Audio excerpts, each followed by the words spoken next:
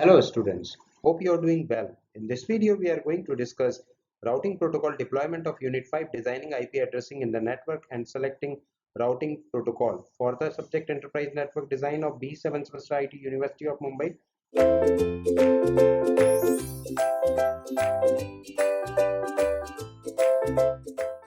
In this lecture we will cover routing protocols in the enterprise architecture, routing in the campus core, routing in the building distribution layer, routing in the building access layer, and routing in the enterprise edge module.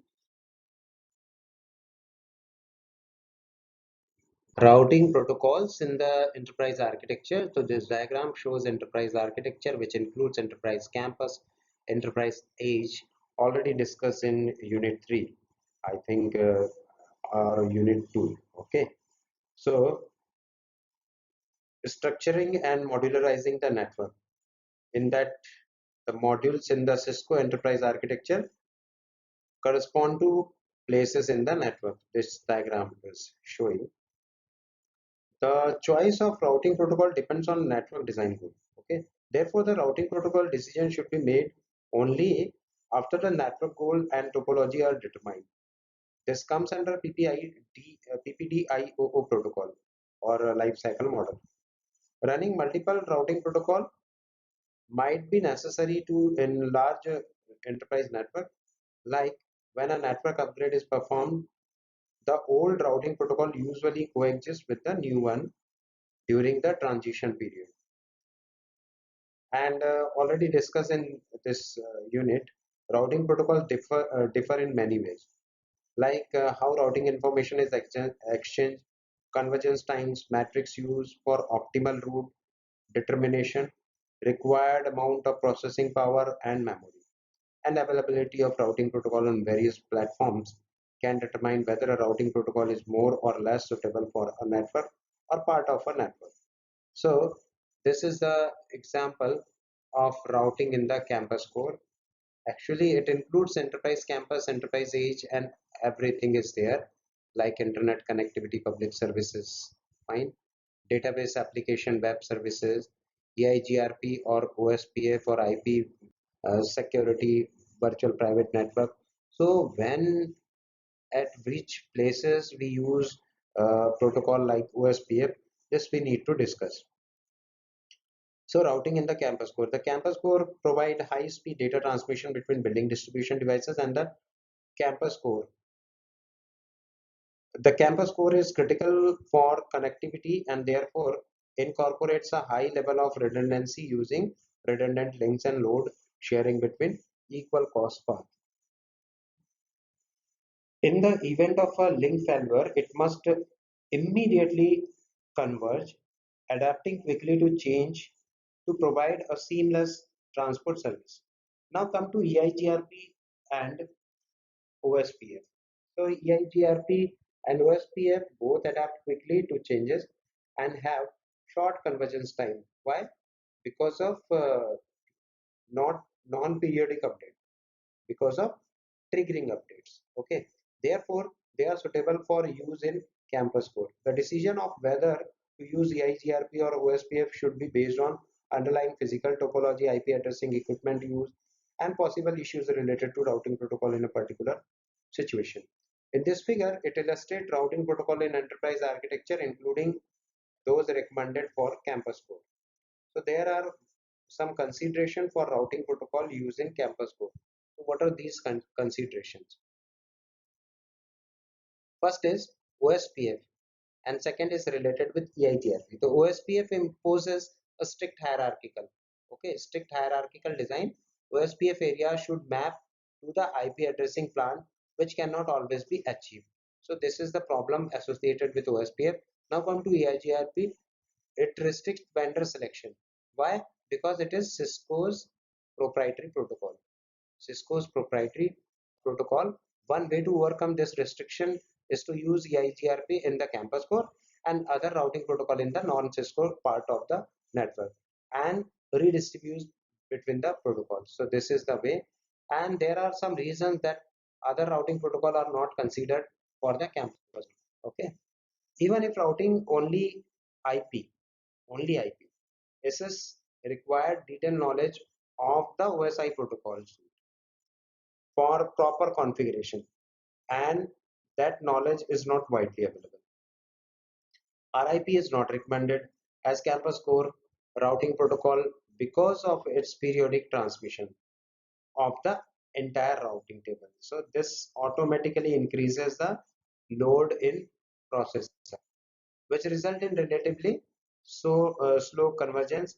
And because of the RIP metric is based on hop count. Second reason is hop count. Hop count is not good measurement. Sometimes hop count is less, but the time travel from one node to another node is very high.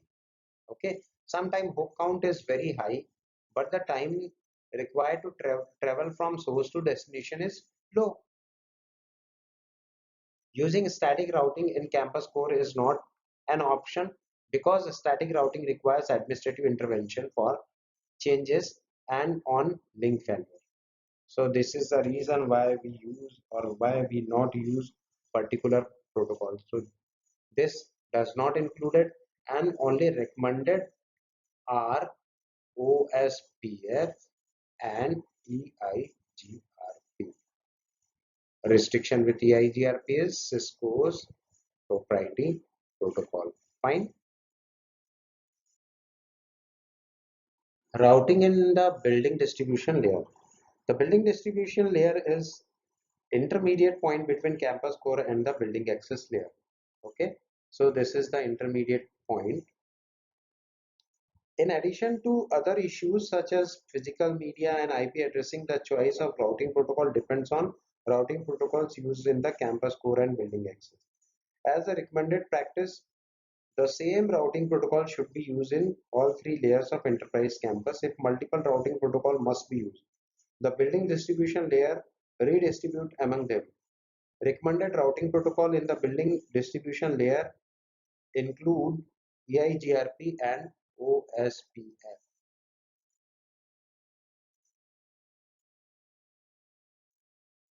For example, if EIGRP is the campus core routing protocol and RIP version 1 is the building access layer routing protocol to support legacy equipment, both routing protocol are used in building distribution devices with redistribution and filtering.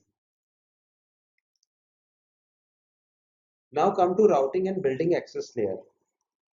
The building access layer provides the local users with access to network resources. Here you can see that these are the access. Okay, so this provides the access to local network. The underlying physical topology, IP addressing, and the availability of processing power and memory in the building access layer equipment influence the routing protocol choice. The recommended routing protocols for building access layer are same OSPF, okay, OSPF and EIGRP.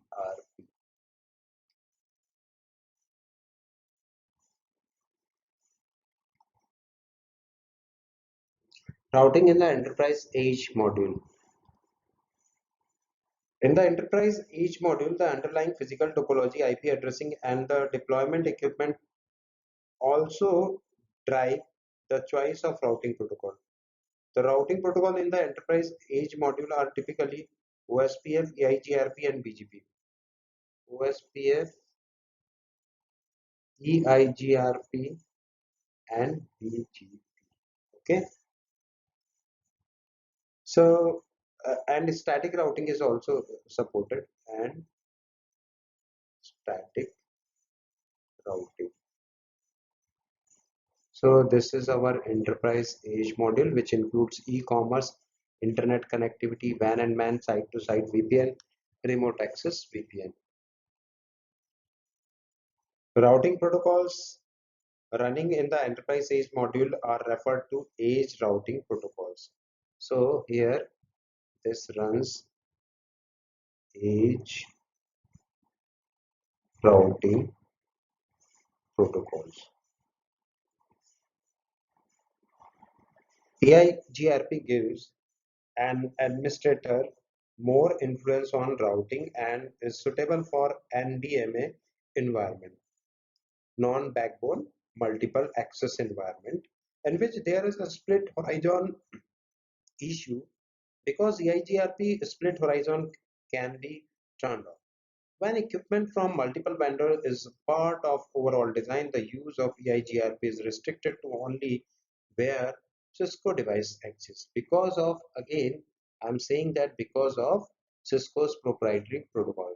The limitation of using OSPF as an enterprise age routing protocol are related to its high memory and processing power requirement, which might preclude in use on older routers and its strict hierarchical design. The high memory and processing power requirement can be reduced using summarization and careful area planning.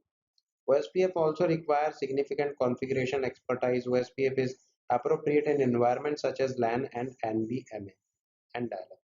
So OSPF is very good for NVMe, that is non-backbone multiple access.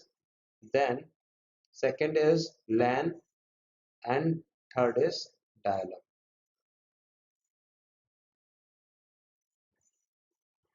The remote access and VPN module provides connectivity to corporate network for remote users via dial-up connection and dedicated IP security VPNs across the internet in the dial-up environment. Static routing is typically used. Depending on whether multiple exit path exists and redundancy requirement, either static routes or BGP are used for internet connectivity. Static routers on the static routes are used when only one exit point exists. Okay, the use it uses less overhead than BGP routing. BGP is used when there are multiple exit points and when multi-homing is desired. So this is all about routing in the enterprise edge model.